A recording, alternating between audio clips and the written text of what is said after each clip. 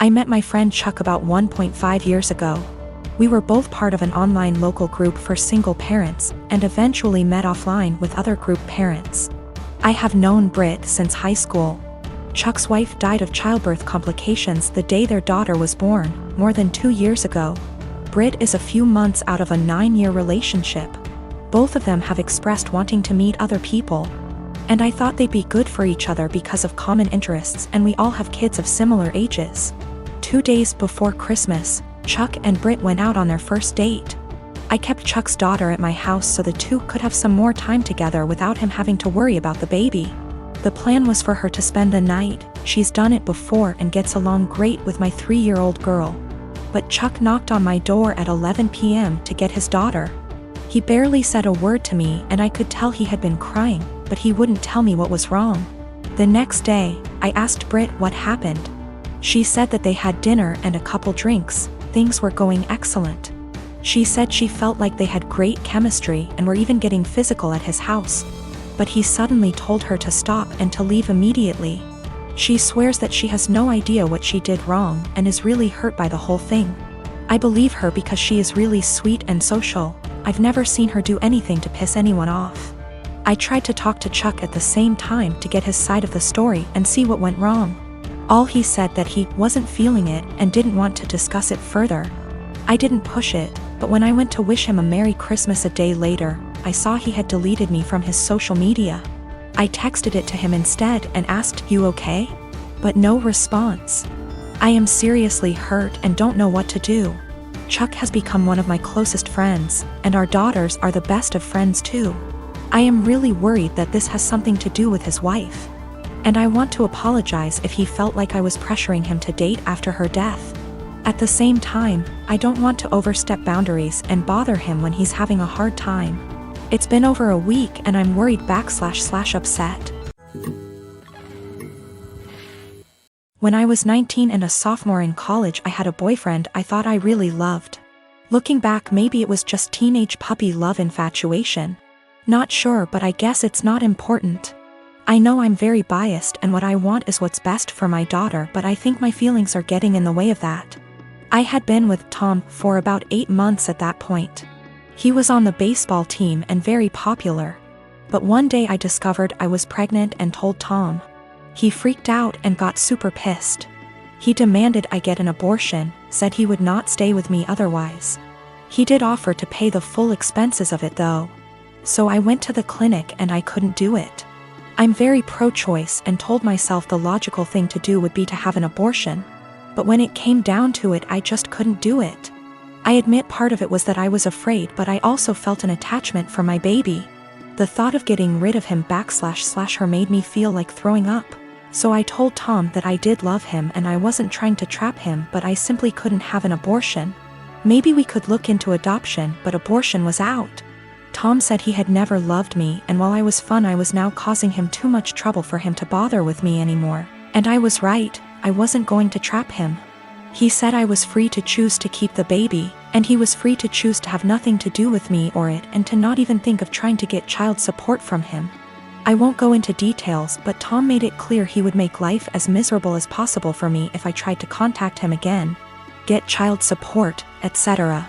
Maybe it was wrong to do, but I figured all that trouble and drama just wasn't worth it and I would make my own way. I was, however, devastated and completely heartbroken. I admit it really me up. I never spoke with or saw Tom again. I did consider adoption, but in the end, long story short, I chose to keep my child. Faith is 4 now. It's been a long and hard road, but I graduated college and got a job. We live in a tiny apartment and finances are tight, but we make do. I love Faith like crazy and I do not regret the choice to keep her whatsoever. She makes me a better person and we have a good life. However, 3 days ago I received a letter in the mail. It was from Tom. Inside the envelope was a letter and a check for $3,000. This is what the letter said: Vika, I know this is coming out of nowhere and I'm sorry, but I didn't know a better way to do this. I am so sorry for how I acted 5 years ago. I was selfish and a complete fool. I know that doesn't begin to cover it. These past 5 years have really had an effect on me. I got a job at Restraint. I started hanging out with different people. Good people instead of college jocks. I know I ran from my responsibility and I treated you with callous cruelty. I know I can't undo what I did, but I want to make it right. Here is a check for $3,000 for Faith. I know that doesn't begin to cover what her expenditures have been, but I wanted to show I am serious about what I'm about to say. I want to be a part of our daughter's life. I will go as slow as you like. I would very much like to set up regular child support payments as well as pay off whatever back child support I owe you for the past 5 years, including hospital appointments during your pregnancy. I know I don't deserve it, but I want to meet my daughter and be a part of her life in whatever way I can. I want to help her and I want to help you and start making up for the terrible way I acted. Here is my contact information. I am willing to do what you ask of me. Thank you for your time. Tom. I was blown away. I'm also beyond pissed off. I'm thinking of the pregnancy I had to deal with after getting dumped like that. Exams and papers I had to write. Giving birth to her on my own. The late night feedings, all the diaper changes, the constant crying. Trying to afford clothes to keep Faith warm during the winter as she grew while also making sure she didn't go hungry, the tantrums. The first steps, first words, the potty training.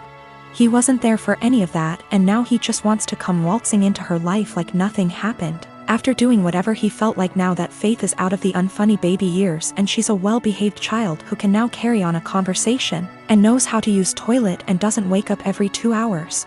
Faith has started asking questions like, where is her daddy? How come she doesn't have a daddy? And I've been doing my best. I've been saying mommy doesn't know where daddy is, true until now. And she doesn't have a father because daddy wasn't ready to be one when she was born. Maybe that's the wrong answer, but I am doing my absolute best. I'm thinking of how Tom hurt me and bailed when life got hard. I can't stand the thought of him doing that to Faith. She's a sweetheart and quite sensitive. She doesn't understand unkindness. She makes friends with everyone and is very innocent. I've done my best to teach her to be a calm, kind, respectful person, and everyone loves her. However, I do know she needs a good male role model in her life, and I do feel guilty for not having one for her. I haven't had a boyfriend or dated since Tom because all my energy and focus has been on graduating college, getting a job, and being a good mother to my daughter. I never really thought about Tom much after Faith was born, but now that I am with this intrusion into our lives, I think I hate and despise him. I want him to just go away. I wanted to not even cash the check and to tell him to take his money and shove it, but my parents and close friends reminded me that that is Faith's money and she is entitled to it, and I agree. At minimum, I want to get some child support going because Faith deserves all the financial assistance and opportunities she can get. However, I know if I get regular child support, Tom will want to be in Faith's life, and frankly, I don't want that. I don't want him to hurt her and bail when life gets hard, because it is when you have a kid. I also feel like he doesn't deserve her. 4-year-olds are a lot more fun than infants. How convenient he suddenly shows up and wants to be a dad when the hardest part is out of the way. But I honestly do want what's best for Faith. I think she deserves to have a good daddy. I just don't think Tom is. I think Faith is better off having no dad than a bad or half-assed one. She deserves the money. But am I right to take the money and not give Tom any access to my daughter? I can't stand the thought of him hurting her. The thought of dropping her off at his house where I don't have access to her makes me want to scream and run away. Am I out of line for taking Tom's money but saying that's as close as he will ever get to her? I am not convinced in the slightest he has changed. I feel like this is guilt money and I want to throw that check in the trash. But it's Faith's money, not mine. Faith and I have a good life, and I feel like Tom is going to ruin that. But is it right to keep Faith from her biological parent when he has sent the money? I hate feeling like I owe her him because of that. P.S. College boyfriend dumped me after I got pregnant and threatened to ruin my life if I tried to talk to or get child support from him. Almost 5 years later, I get a $3,000 check in the mail and a letter apologizing for what he did, and saying he wants to be a dad.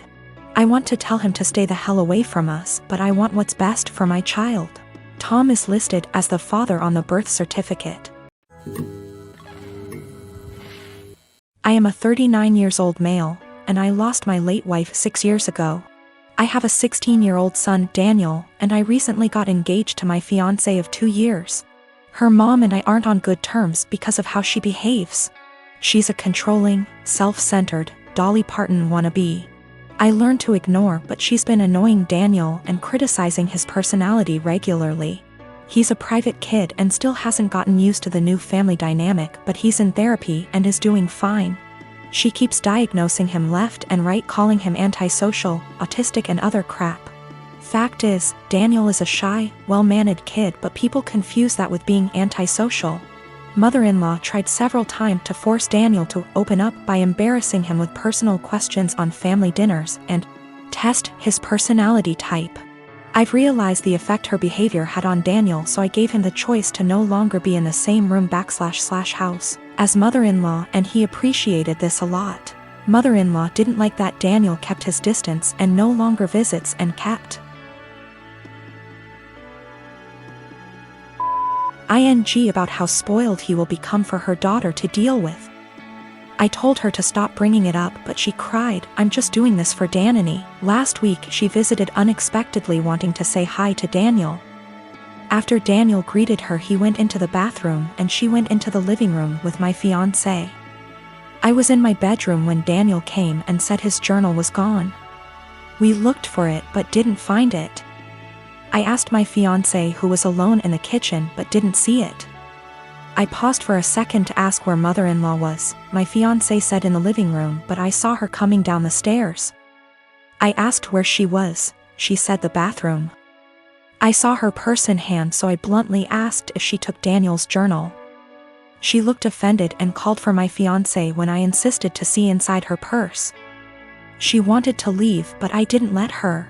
Fiancé told me to stop it, but I insisted, and the journal was there. Mother-in-law tried to explain this was her only chance to get to know Daniel better because she cares about him.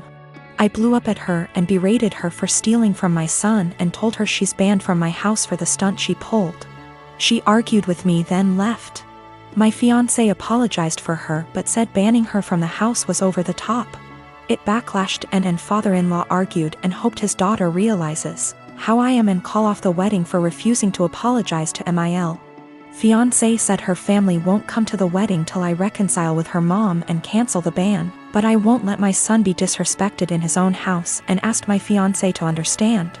I'm refusing to reconcile but am aware this could ruin my relationship with all my in-laws, not just mother-in-law, and my fiancé thinks I'm selfish to cause drama. I sustained very bad injuries to my face this month. I'm in the stage of healing when the scar tissue has formed, but it's still very tender, new skin. I'm going to have very obvious facial scarring for the rest of my life. The injury starts about an inch above my hairline, goes down over my brow so that on part, hair will not grow. It continues down my cheek where it is deepest. I'll always probably have an indentation in the fullest part of my cheek. Then it continues to my jawline. In some ways it's okay. I'm happy it's just cosmetic damage. My friends are super reassuring, telling me how badass and sick it's gonna look. They say I'm still as hot as ever, now a little more sexy and mysterious. But in some ways it really sucks. I know that I'm always gonna be seen first as the girl with a scar. And it feels especially bad when people look at me differently. This week, I had to fly home for a family thing. It was a plan I'd made long before my injury. I wasn't really looking forward to the pity or people making a big deal of it. I'd rather it not be acknowledged.